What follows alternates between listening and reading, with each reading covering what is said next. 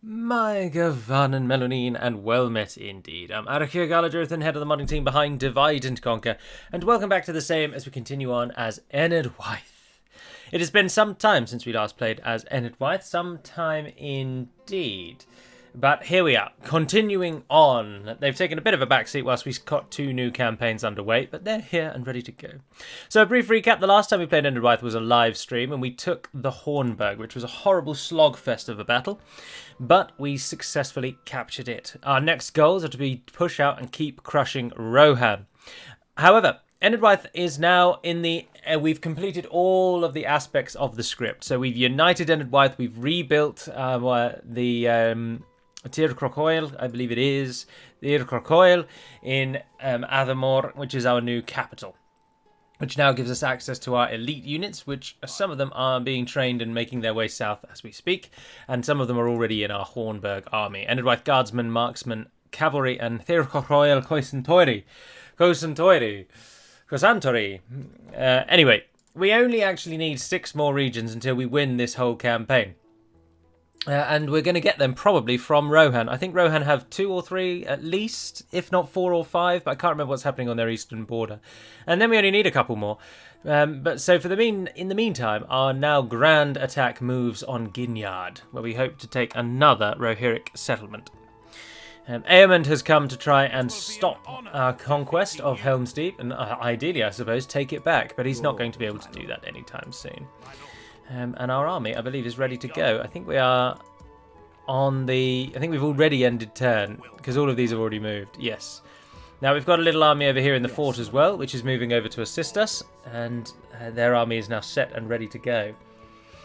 But I believe I was holding him back, Dolaith, the general, until we got some more elite units to come through so that we could build a slightly stronger army. Because his isn't all that great, to be honest. But for now, let's just push Eamond out and leave a garrison behind to hold Helm's Deep. So you can stay. There's only 3 of them. You might as well stay. Archers are very helpful in Helm's Deep. Your orders, my lord. Oh, and he's got quite a few. So for now, leave behind the things that are sort of under-leveled, and leave a couple of archers, and we'll merge the armies as we see fit. So that's our goal now. Make a better army out of these 2 singular armies and march on Ginyard. Ideally, of course, we want to go down to Edoras, but then Ginyard will just hit us in the back. So we need to shut that down before we move on Edoras. And Isengard aren't going to be coming through anytime soon, as they've only just taken Foldberg. So they're not going to be bothered about Edoras at the moment. Right, so we want Chieftain Donkai to lead this merged army. And... oh, you've got a unique bodyguard as well. You're the Koi Santori. We definitely want you involved as well. We want the elites that you've got will form the base of this army. Mordag skirmishers. Why can't you move? I have to click them all again. Something that I did want to say straight off the bat is somebody, I've seen quite a few people now, complain, possibly too strong of a word, but mention that the end turn sounds, being Age of Empires jingles, is a little immersion breaking. But I would just state, because reading the tone of those comments, it seems very much that they think those end turn jingles are going to make it into the actual mod. They won't, remember. Those jingles are only there for the YouTube playthrough. In the main game, you will have Lord of the Rings music for the end turn, and you'll have Lord of the Rings music as actual music. But of course, that's copyrighted, and it ruins all of my videos, and I have to cut songs out all the time, which is very annoying. So I just got rid of all the copyrighted music for YouTube and replaced it with just fantasy generic music. And the Age of Empires jingles I just thought would be a laugh. That's why I used them. Right, I don't think we want to move on Ginyard with just that army, though. I think we do want to wait for the reinforcements that are coming through to Eisenrun to move on. So I'm going to take out Delaith straight away. So go and hit him. Oh, you can't get across because he'll crawl. But then try and get across, and we'll move that there. Let's go and stand as close to the Hornburg as we can. And end the turn. Now, to talk about the major news of late, of course, Rome 1 has been remastered, and it looks like a really good remaster, actually. They've added the campaign and battle camera controls that are present in later Total Wars, which is brilliant. And that, I think, almost alone is a reason enough to play it. But that said, I won't do Rome on the channel at all. It doesn't link in with anything that this channel is based on, which is fantasy and primarily Lord of the Rings. But obviously there's an adjoining link there to fantasy, which is why I've also played Warhammer on the channel. Whereas Rome has no bearing at all. I've never done anything about Rome. I've never spoken of Rome. I don't think it would be worthwhile covering Rome Total War on the channel. Now, I will, however, of course, obtain Rome Total War Remastered, and I would encourage every single one of you that hopes for a Medieval 2 remaster to also buy Rome, because if Rome is successful, they will absolutely remaster Med 2. Something that many people probably don't know, or I mean you should do, but many of you may not, is that Rome and Medieval 2 use exactly the same engine. They are so alike as games go. So much so that, as many of you have seen, if a building doesn't have a UI, it defaults to a Roman barracks. And if a unit doesn't have a UI picture, it defaults to a Roman peasant. All of the skills that you learn in modding Rome 1 are totally transferable to Med 2. They are basically exactly the same engine and 2 games built out of it. If you can modify one, you can modify the other. They are so similar. Med 2 obviously came with a few... visually, Med 2 is better. They made the visuals better for Med 2, but fundamentally the games are the same. So if they've remastered Rome 1, they will be able to remaster Med 2, and the only thing that will stop them is if the Rome remaster is massively unsuccessful, because then they'll think, oh, there's no real call to remaster the old games. Because remember, Rome 1 is also very popular even today. Nowhere near as popular as Med 2, but it is still popular, and mods have almost certainly the reason for that. And Rome has a number of Lord of the Rings based mods as well, so if you prefer Rome for some bizarre reason, then you can do that. Now, interestingly though, there are some things that don't carry over, and I've never really understood why. But for example, war dogs from Rome are not present in Med 2. They can be added, but they're not there as a standard. I've never really understood why. But one of my biggest things that I'm hoping the Rome remaster does, in then hopes for a Medieval 2 remaster, is that they move it to a times 64. They move it to more than 4 gigabytes of RAM, basically, as the same thing that Skyrim's Special Edition did, because that hugely improves the stability of the game and means that mods like DaC will run so much easier. We are going to attack Aemond, because otherwise he's going to attack us, so we might as well divide and conquer. And yes, if Medieval 2 is remastered and the modding tools are fairly similar, then I can't see why we wouldn't look to port DaC to the remaster. And a reason why I think that's particularly prevalent or particularly required is not really the right word, but all I'm trying to say is, with the release of Rome Remastered, again, something that you may not know, the original Rome 1 is then being removed from all forms of purchase. You will not be able to buy the original Rome 1 if you buy the Rome 1 remaster. Now, the original Rome will then be included in the remaster, so they're still shipping them. But if you say, oh, DaC is a mod for the original Med 2, lots of people are going to say, well, how do I get the original Med 2? It's not on Steam, I've searched everywhere. People will get confused. And so it's very much in our interest, if possible, to port over to Med 2 Remastered, if they do a Med 2 Remastered, and if it still supports modding to the degree that this one currently does. But one of the best things about the new Rome, the 2 biggest things that I think look fantastic, are the reworked UI and the reworked camera. I think those 2 things alone are going to be the biggest draw for that mod. For that game. I really like the new UI and the new camera. The UI is really nice and neat and professional and clean. I love clean UI.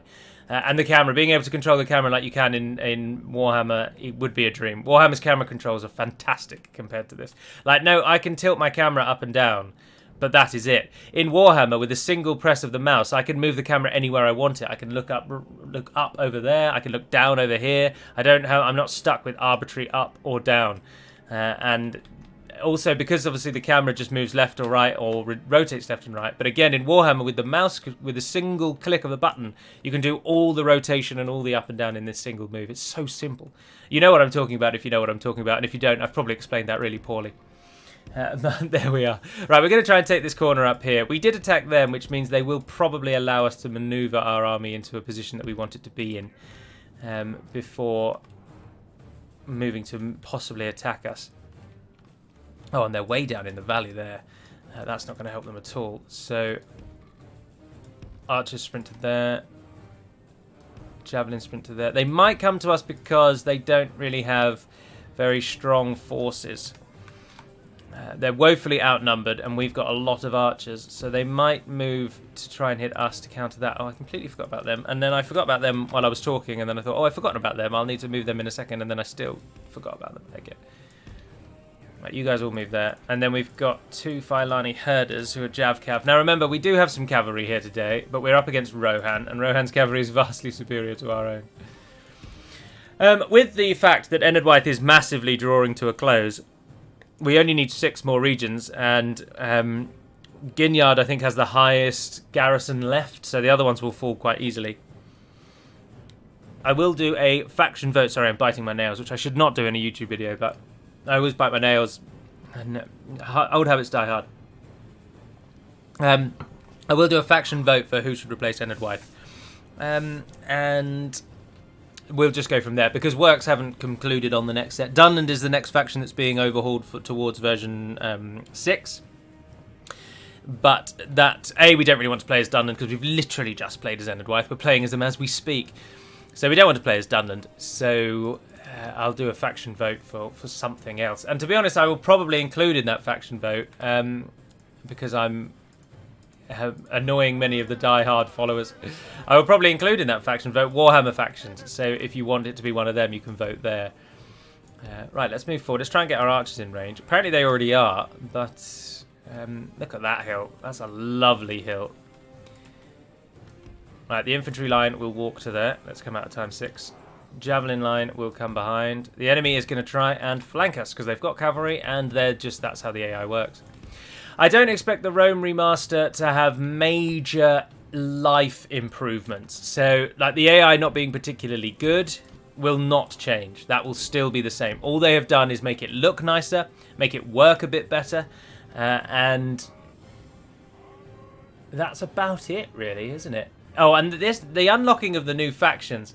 I'm still not 100% sure on this. I've seen that it says there are 16 new factions. But what I think it has actually done, and I'm yet to have this verified, so I could be entirely wrong. But what I think has happened is there aren't actually 16 new factions, but instead, if you'll all remember, in the original Rome game... look, now we've been caught out, they've moved on us. Oh, in the original Rome Total War, you could not play as all the factions until you had unlocked certain factions. And I think, rather than actually having any new factions, I think all they have done is add in the factions that were previously locked. But do correct me if I'm wrong on that, because it does specifically state 16 new factions. But then when I've seen YouTubers playing it, those 16 new factions are just the original factions that you previously couldn't play until you'd beaten them, but now you can just play them straight from the off. And so I think that's really all they've done, and then claimed it saying that they're new factions, but I just don't think they are. Anyway, we've bitten off more than we could chew there, sadly. I moved my melee line way too far forward, and we're paying the price for my hubris. Here are Wolf Swords getting involved for us. Dunland's finest, now they've been subdued. They're fighting for the right side. There's the Tircock Oil. Kicking those Riddermark Axemen, I should expect. We've got more Tircock Oil up here against Rohan bodyguards who have pushed up on us. But our archer line was not affected, so they're able to rain fury down on anything that's not marching on our lines. And we're only going to lose a few. That one there is Aemond, I believe, the Rohan bodyguards. But they're not too happy about life. They're shaken and they're running away. Leard and Billman have taken a bit of a blasting though. Let's try and move you further forward to protect the Khoi Santori so that they can throw some more axes. But overall, I would love a Med 2 remastered. Just to play Med 2, to be honest. It's been a long time since I played Med 2. And I wouldn't say no to a piece of that action. Let's pull our army out there, because our ally has come in on that side, and so we don't need to get our cavalry killed off for no reason. Oh, I'm also pleased to announce, although I haven't heard them yet, and I'll show some of them off in the developer diary, because I think they've been added to the mod now. The new Enedwaith voice lines have all been completed. So Enedwaith Enedwaith is now completely done. A big tick underneath Enedwaith. They're ready to go. The new and improved Wildman nation takes form. Right, what's still standing here? 73% of the enemy has died. They've got a general all the way over here. Rohan bodyguards. There they are. They're fighting against Mordag skirmishers, which is a shame because Mordag skirmishers excel at throwing javelins at their enemies. And here they were not being tested.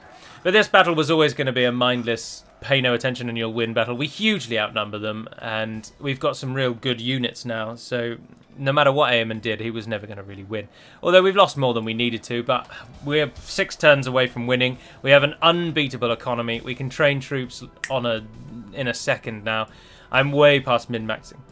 And I don't need to go into a long spiel about how I don't min-max anyway, but even if I did min-max, we are no longer at a point where we need to. The campaign can just be played exactly how we want to play it now. But all we really need to do is kill off the general. And there's one over here. Oh, there he is. That one is Eamon, I think. Fighting on the longest. Let's just speed this up. It's over. Yeah, there we go. Can we kill the other gentleman, though? There goes Eamon. So Eomer and Eowyn have just lost their father. Not at the hands of orcs, but at the hands of Enedwaith. I don't know if Eamon was killed by orcs. I think he was. The enemy army flees the field. Pursue and run them down. I can't really remember. End the battle. This is a clear victory. Someone out there will know. Someone will probably go and look it up online and then pretend that they knew all along. And many of you will just know all along. But I take no interest in Eamon, I'm afraid. Koi Centauri taking the top spot. And not the generals ones, but the normal ones. It's pretty good. There are over 250 loading screens. Or is it down to about 190 or something like that now? There are at least 150 loading screens. And yet I feel like the 10 DaC UI competition submissions that I put in as loading screens, it's about 10, circa 10, are the only ones that pop up. I feel like I'm constantly looking at the UI competition icons now and never the actual loading screens.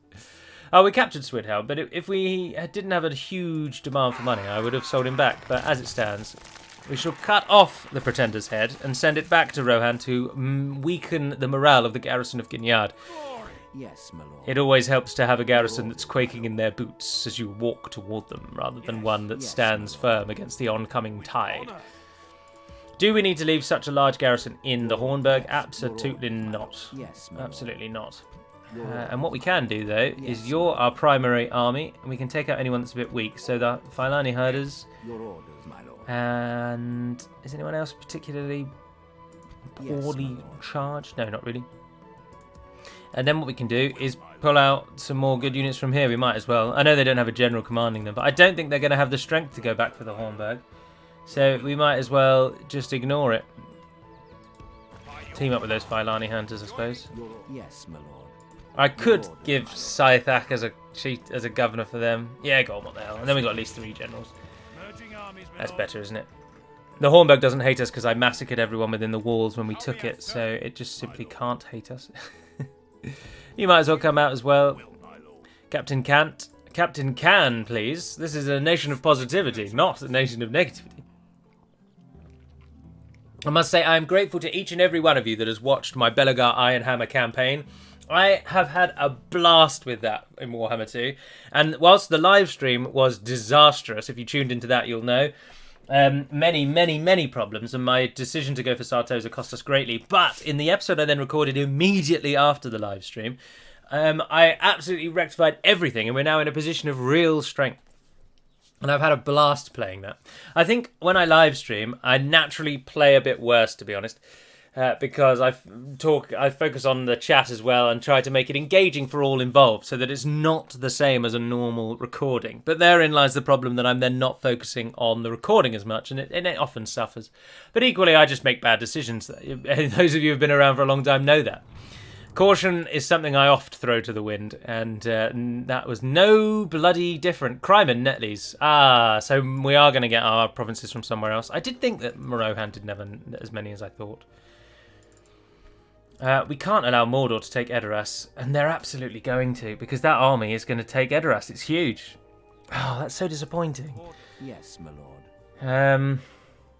I can't block them. Have I got anyone who's really quick? Yes, How fast is our cavalry? Bugger, no. All we can do is get to Edoras. Your orders. And then they might just attack me anyway to go around it.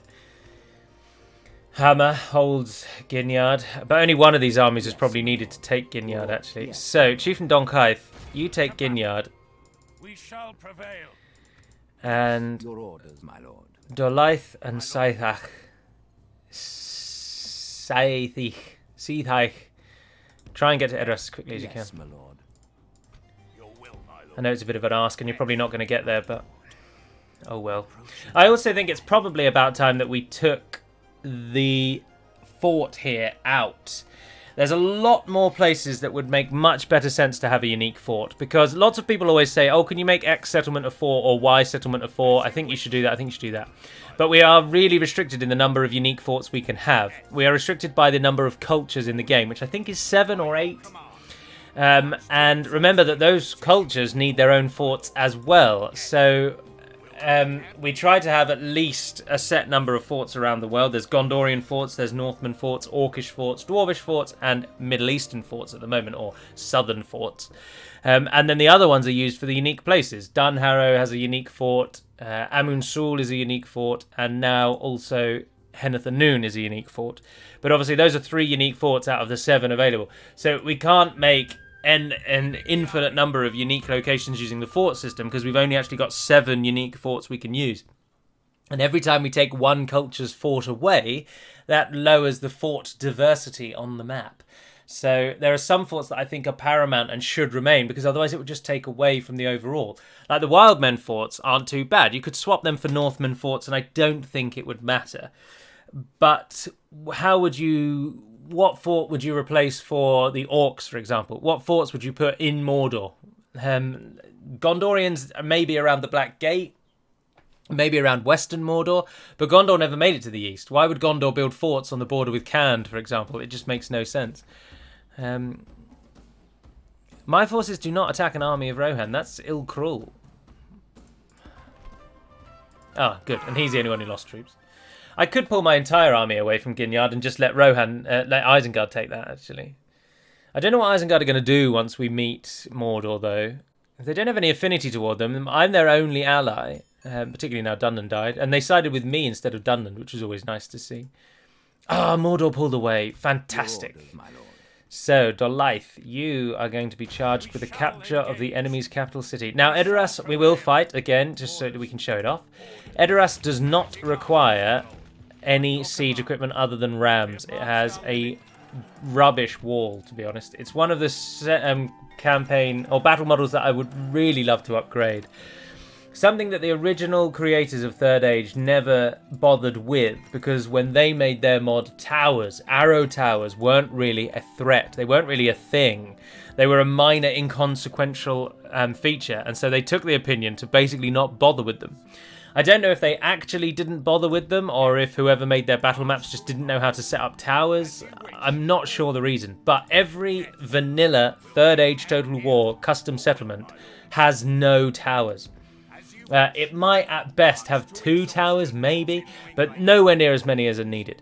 When Leo went through with his huge custom battle map overhaul, adding things like Barad-dûr and Erebor and all those places, he tried to add towers wherever he could, to try and make these major settlements actually major, give them real providence, make them a spectacle of an assault or a defense on the alternative.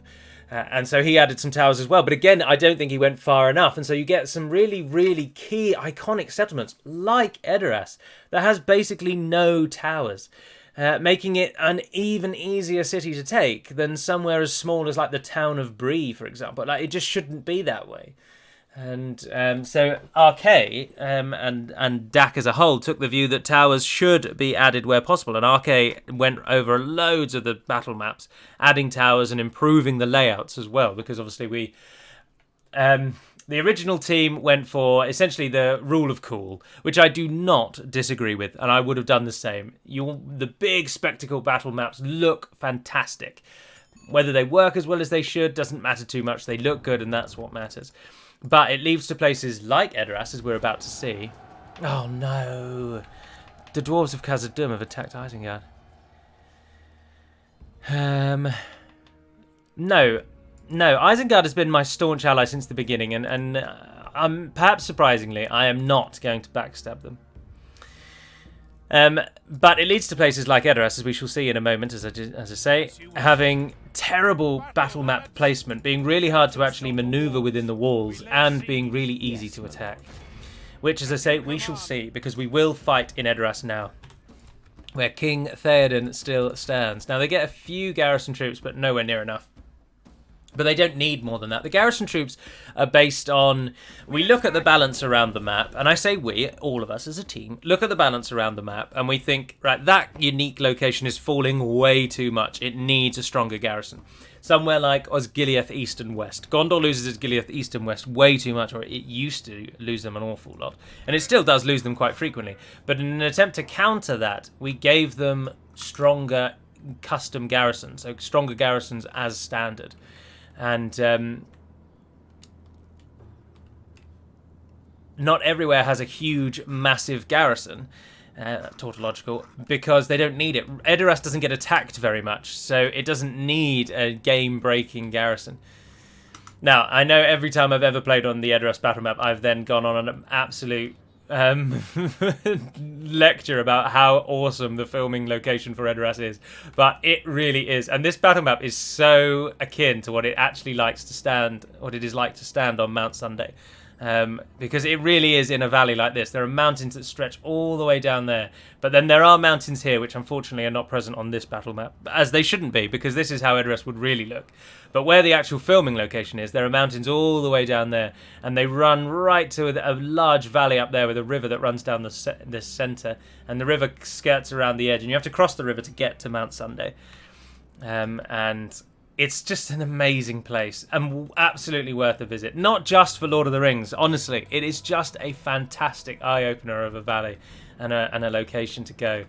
And not many people go there because it is up quite a lengthy dirt track, so you don't get thronged by hordes of Lord of the Rings fanatics seeking out their favourite places.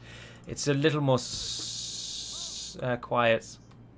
And I'm absolutely thrilled to announce that it seems, I can't confirm anything yet, but all signs are pointing to that Jessica and I are going to be able to go back to New Zealand in February of 2022, next year. And I am absolutely overjoyed. I cannot wait. But anyway, enough of this gushing about Mount Sunday. This is Edoras. So as you can see, there are, as I've already mentioned, no towers whatsoever. These look like towers, but do not let that fool you. They are not towers. They are buildings. They will not shoot me. All you can do here is break down the gate, and then you've got to walk up this singular path where the square is in the centre. I don't know why the square wasn't put before Meadowsailed, but it wasn't, and this is the situation we have to deal with. So the square's in the middle. And it's the same situation on the other side, so there's no advantage really to breaking in on both sides. I mean, there is, because you can flank the enemy, but there's no sneaky way to the square. It's one slog or another slog. Those are your two options. And in the efforts to try and cut down how sloggy this is going to be, we are going to march an army around and go through both gates, because we outnumber them hugely, and we are on no time pressure really. So, Spearman, you are going to be the bulk of the team that's going left. You're taking Fowlin warriors with you. I'll keep everything that has any kind of range on the right hand side, and because then they'll probably be standing on those on the wall on the slope up, so we can get some javelins off. Oh, there's another spear unit that can go left, and take one of those Tauta with you, and take the pikes as well actually. So all of you are going to go left and the rest are going to go right. So this ram, can we break down the wall here, and can you walk there? Yes you can. So you break down the wall there, and team 1 move up behind them. This ram, keepers, come and break down the wall there. We won't bother with the gate.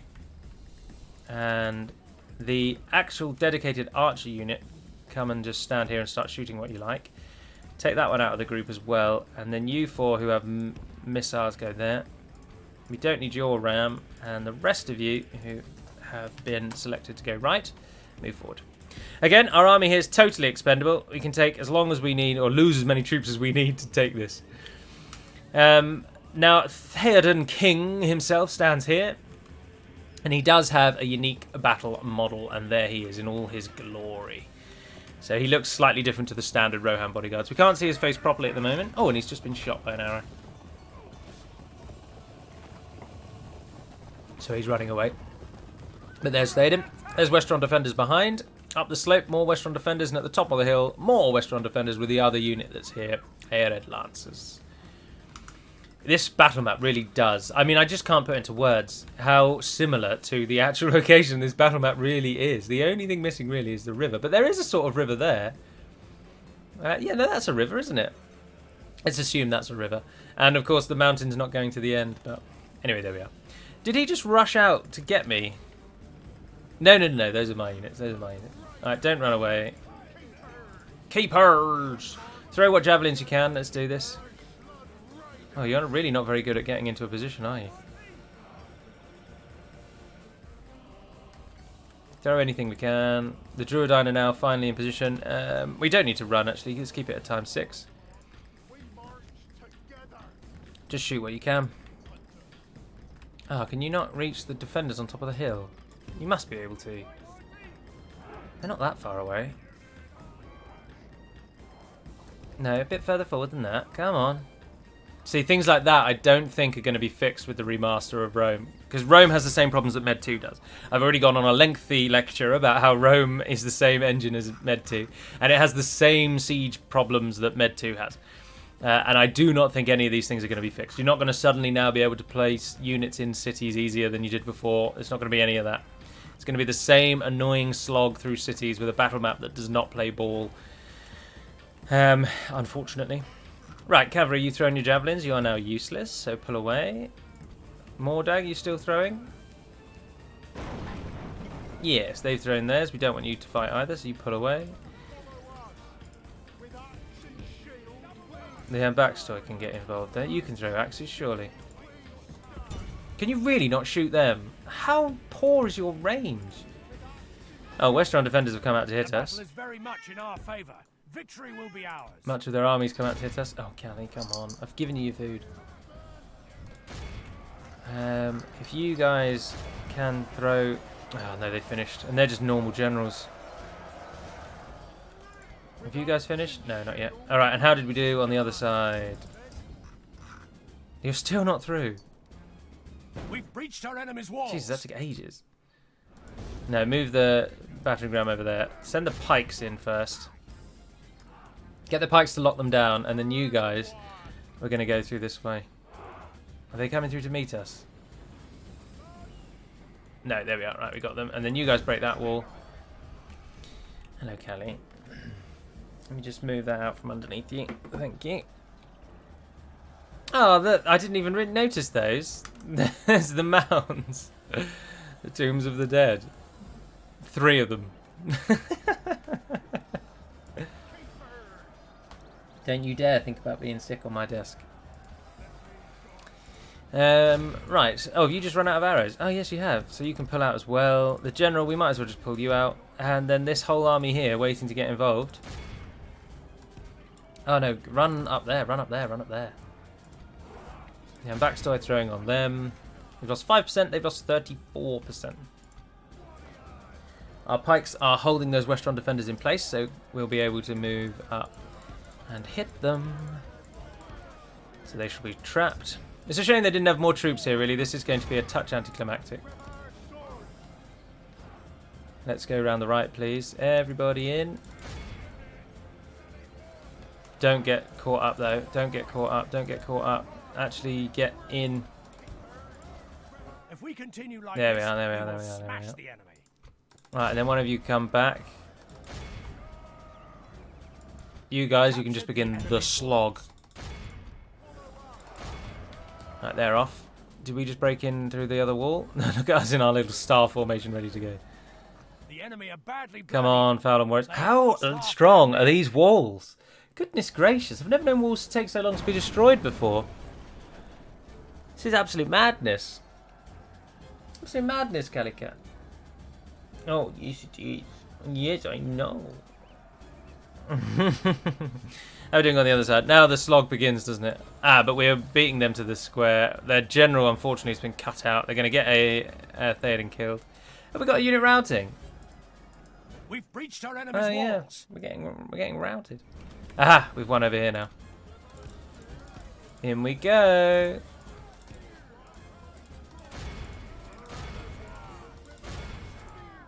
River spears. Circle around them, and then you guys, there's a task for you. Just go and take the town centre. It'll cause absolute panic amongst Theoden's line. He won't know what to do with himself. Oh, he is already coming back, actually. We'll send the Billman in to deal with him. He won't like that. Our men are in command of the city. Our men are in command now. Theoden fights on. Theoden fights at the head. He's watching hundreds of years of Rohirrim occupation finally come to an end. Though we, the men of Enedwaith, do not strictly hold oaths or sway over this land, and we never did. Our brethren, who have opened their arms to us and been welcomed into our society, do hold claim over these lands, and in Dunland's name we shall take back what is rightfully theirs. Gondor sold this land that was not rightfully theirs to sell, and they struck a bargain with the sons of Eorl, giving away our people's lands. Well, this cannot stand. Oh, you guys have won. Oh, wow, that went over quickly, didn't it? Yeah, this is over. So Theoden's little last stand is all that we have left. Theoden is taking a moment to catch his breath. The Billmen are cutting their way through his bodyguard, as you'd expect. So the Westron defenders go down. The Billmen curl around. And this gentleman's panicking. He's thinking of running away. You can, sir. The door's wide open. The banner carrier's gone down. And Theoden goes too, and so too does the final defender. King Theoden Ednew is no more. 106 kills, Fallen warriors. Well done. And with that, Rohan passes into memory. Not a fond memory, but memory nevertheless. We've taken the Hornburg, and now we've taken Edoras. And now we need 5 more provinces. We could go north and take Dunland's last one. The traitors that did not side with us with the fall of Dunland still hold lands to our north. We could go and hit them. An honourable, glorious Ginyard lives on. Is Hammer now the leader? Oh no, that means they've got more provinces than we first thought. Right, let's just confirm. Ah, no, Mordor doesn't even have the East Fold. Mordor's got East Emnet, but they've not taken Oldburg in the fold. And that is where I assume we find Marhath, King Theodred, faction leader, and Prince Grimbold, the faction heir, stalwartly defending against Mordor whilst we ransack Rohan's heartlands. And do we feel guilt? Do we buggery? Keep on fighting, men. Nice. Alright, and other than that though, it's just where are we going to get these cursed regions from? We need 5 more. We could of course turn on Isengard, take all 5 of theirs in one fell swoop and end it that way, but Isengard have been so loyal to us. So I think the Athamor forces, stop moving your armies down to the front lines. I think Rohan will be alright for now. Bring these people back. And get me a general. I need a man of strong determination. Oh, Jan, and there you go. You're in Byrog. Not doing out. You can come and lead the army. Oh, that's really the only way to get to Athamor? Goodness gracious. Come on, man. Also, why on earth have the dwarves of Khazad-dûm just attacked Isengard when they don't border each other? Oh, no, of course they do border each other, don't they? Low mountains of the Western Peaks and the low mountains of Nan Kuranir. They do have an actual border, they just don't have a road connection. But that would suggest that Khazad-dûm sent a diplomat to tell them that they're going to war, which just seems madness. Absolute madness. Well, you can get quite a few units as well. The Leodan, always welcome Leodan and Fowlin units. I thoroughly enjoyed this. The new Enedwaith setup is brilliant. And this campaign could have been much, much harder, remember, if Isengard had actually turned on us. But anyway, for today, that is going to conclude. Now, with Enedwaith getting so close to victory, I will continue with my plan to do this Saturday's live stream a Woodland Realm stream instead of an Enedwaith one. Because Enedwaith's only got a few episodes left, really, in the grand scheme of things, maybe 4 or 5. And I will see it out till the end, and then we'll do a faction vote. Now, we've only recently started the other campaign, so I'm not jonesing to start a new one yet, and I would actually like to win. I particularly like to kill Rohan as a bare minimum. So we've got that to do, but I won't do a live stream for Enedwaith. I'll save that for either Belagar or Wood Elves, and this time it will be Wood Elves this Saturday. Also, just fair warning for those of you still here, the clocks in England went forward last weekend, so now the live stream beginning at 11 o'clock on Saturday morning is now as if it's beginning at 10 o'clock. GMT, so it's 11 o'clock BST, British summertime, which is 1 hour ahead of where I was last weekend, which does mean that it's now even worse for all of those of you watching in America, because I'm now 1 hour further ahead of you, but slightly better for those in who are maybe in sort of the Eastern Europe kind of region, because it'll be an hour closer to you. But anyway, there we are. For now, and until we speak again, dear friends, thank you very much for watching, and have a wonderful week. Navair Neden Pedimer Melonin, and farewell.